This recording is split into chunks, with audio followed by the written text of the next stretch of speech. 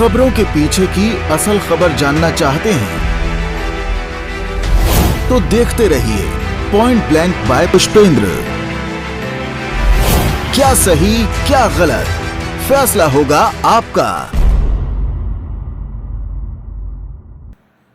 नमस्कार दोस्तों, point blank पर आज की बात में आपका स्वागत है। कल रविवार था और प्रधानमंत्री ने फिर मन की बात की और उन्होंने युवाओं से राजनीति में आगे आने का आह्वान किया। बदलती परिस्थितियां, देशकाल परिस्थितियां और पुराने चेहरे कभी कभी आपको भी ऊब होने लगती होगी।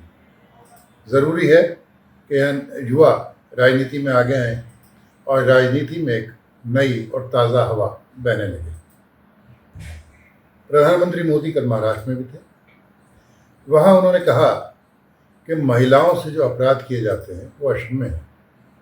वो कोलकाता रेपकांड और बदलापुर के पृष्ठभूमि में इन बातों को कह रहे थे। उन्होंने वहाँ लखपति दीदियों के कार्यक्रम को संबोधित करते हुए बताया कि कैसे महिलाएं विकास के लिए और समाज के विकास के लिए कैसे वो योगदान करती हैं और कैसे उनका सम्मान किया जाना जरूरी है।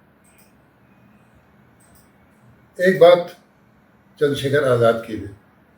चंद्रशेखर आज़ाद यानी कि उर्फ रावण, भीम आर्मी सुप्रीमो, नगीना से अपने दम पर सांसद बन गए, लेकिन क्या वो अपने साथियों को या अपनी ज़ुबान को नियंत्रण में रख पाएंगे? वो युवा है, जोशीले हैं, पर उन्हें अपनी वाणी पर तो ध्यान देना ही होगा। कानपुर में उन्होंने बसपा सुप्रीमो मायावती पर टिप्पणी करने वाले मथुरा के विधायक के लिए ये कह दिया कि उन्हें जूते मारे जाने चाहिए। अब ये कौन सी भाषा है? ये भाषा वो कहाँ से सीख गए? इससे पहले भी गाज़ियाबाद में उनके कार्यक्रम में जो उनके कार्यकर्ता थे वो कुछ हिंदू संगठनों के कार्यकर्ताओं से भिड़ गए थे, जहाँ पर कि एक FIR भी हुई। तो जीत का नशा ऐसा हावी नहीं होना चाहिए कि आप कुछ भी बोलें और आपके कार्यकर्ता कुछ भी करें। ये किसी को भी अनुमति नहीं है। थोड़ी सी बात जम्मू कश्मीर की। आज सुबह अचानक भारतीय जनता पार्टी ने बहुत जल्दी 44 उम्मीदवारों के नामों की घोषणा कर दी, जहाँ विधानसभा चुनाव होने वाले हैं। ये 10 साल बाद हो रहे हैं। इस सूची में बहुत से मुस्लिम नाम भी थे, 2 कश्मीरी पंडितों के नाम भी थे, पर न जाने क्या हुआ कि 2 घंटे के भीतर ये सूची पहले रोक दी गई और फिर 15 नामों की एक नई सूची जारी की गई। अब रविंद्र रैना जो वहाँ भाजपा के नेता हैं, उनसे जब पूछा गया तो उन्होंने कहा कि कोई मतभेद नहीं है, कोई दिक्कत नहीं थी, क्योंकि ये प्राथमिकता है और पहले चरण में जो चुनाव हैं उनके प्रत्याशियों के नाम प्राथमिकता के आधार पर घोषित कर दिए गए। पर सब जानते हैं कि इस सूची को रद्द करने और दूसरी सूची को जारी करने के पीछे क्या क्या कारण हो सकते हैं। उधर हमारे उत्तर प्रदेश के मुख्यमंत्री योगी आदित्यनाथ फुल फॉर्म में चल रहे हैं। हमने पिछली वीडियो में आपसे बात की थी तो हमने याद दिलाया था कि कैसे वो मिल्कीपुर अयोध्या में डटे रहे, वहाँ कार्यकर्ताओं से आह्वान किया, उनसे कहा कि आत्मविश्वास में मत आना। सहारनपुर गए तो वहाँ विधायकों के बजाय कार्यकर्ताओं से बात करने को प्राथमिकता दी। गाज़ियाबाद का भी दौरा उन्होंने किया। वो 2 दिवसीय प्रवास पर ब्रज क्षेत्र में हैं। मथुरा में जन्माष्टमी पर वो मंदिरों में गए और वहाँ पर रोपवे का लोकार्पण भी किया। अब वो आगरा में थे तो आगरा में उन्होंने औरंगजेब के ज़माने का संदर्भ लेते हुए कहा कि योगी बोले कि बटेंगे तो कटेंगे और बांग्लादेश में देख रहे हैं, वो गलतियां यहाँ नहीं होनी चाहिए। राष्ट्र तब सशक्त होगा जब हम एक रहेंगे, नेक रहेंगे, तभी नेक रहेंगे। बटेंगे तो कटेंगे। दरअसल योगी आगरा में राष्ट्रवीर दुर्गादास राठौर की प्रतिमा का अनावरण करने पहुंचे थे। उन्होंने कहा, मुझे लगता है कि 10 साल से प्रतिमा मेरा ही इंतजार कर रही थी। मेरे ऊपर उनकी कृपा आ गई। मुझे यहाँ आने का अवसर भी तब मिला जब कृष्ण का जन्म हो रहा है। उन्होंने कहा कि राष्ट्रवीर दुर्गादास राठौर पूजनीय हैं। बहुत सारे लोगों ने मुगलों और अंग्रेज़ों के सामने समर्पण कर दिया था, लेकिन राष्ट्रवीर दुर्गादास राठौर जी का आज हम नाम ले रहे हैं। एक बार राजस्थान जाइए, देखिए उनकी पूजा होती है। जोधपुर में श्रद्धा का भाव देखने को मिलता है। इसी श्रद्धा भाव के मजबूत करने के लिए मैं भी आगरा आया हूँ। योगी ने कई बातें कही। उन्होंने कहा कि रामप्रसाद बिस्मिल को जब फांसी दी जा रही थी तब उनसे पूछा गया कि अंतिम अभिलाषा हो तो बताइए। तब बिस्मिल जी ने कहा, हम भारतवर्ष में 100 बार मेरा जन्म हो और मौत का कारण सदा ही देश उपकार कर्म हो, इस बार बार हिंदुस्तान की धरती पर मैं जन्म लूँ। उन्होंने कहा कि औरंगजेब दुष्ट था, चालबाज था, हम इतिहास जानते हैं। कुछ तो औरंगजेब का इस आगरा से संबंध था। इसी आगरा में हिंदवी पद बादशाही के महानायक छत्रपति शिवाजी महाराज ने औरंगजेब की सत्ता को चुनौती दी थी।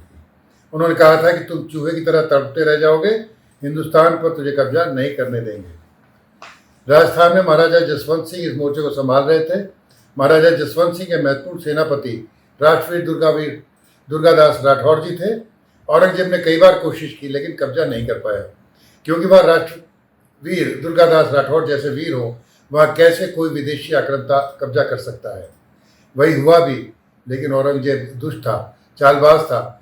उसने एक चाल चली, महाराजा दशरथ सिंह से संधि कर ली।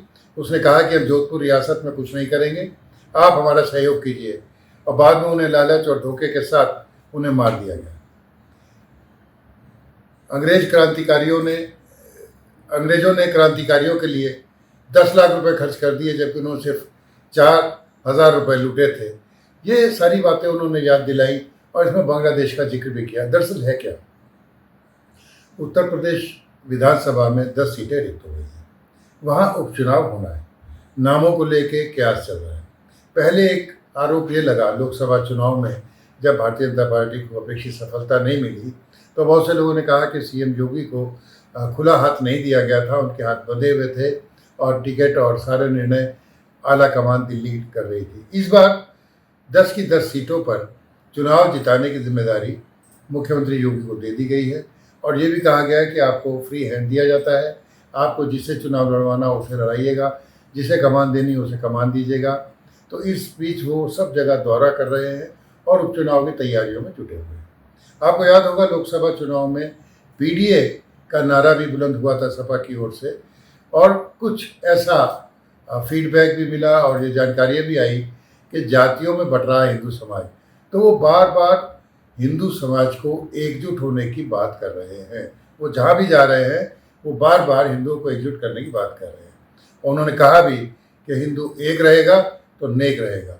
ये बातें कहते हुए उन्होंने अप्रत्यक्ष तौर पे चुनावी प्रचार अभियान की ही घोषणा कर दी, धुन भी बजा दी। हालांकि अभी तक उपचुनाव की तारीखों की घोषणा नहीं हुई है, पर मुख्यमंत्री योगी फुल फॉर्म में आ गए हैं और पूरी ताकत से इन चुनावों को जीतने की तैयारियों में जुटे हुए हैं। आपको ये वीडियो कैसा लगा, हमें अपना फीडबैक दीजिएगा। अपने दोस्तों से, परिवार से वीडियो को साझा कीजिए। अगर आपने अभी तक चैनल को सब्सक्राइब नहीं किया तो कृपया सब्सक्राइब करें। मिलेंगे एक नए वीडियो के साथ, तब तक के लिए नमस्कार, धन्यवाद।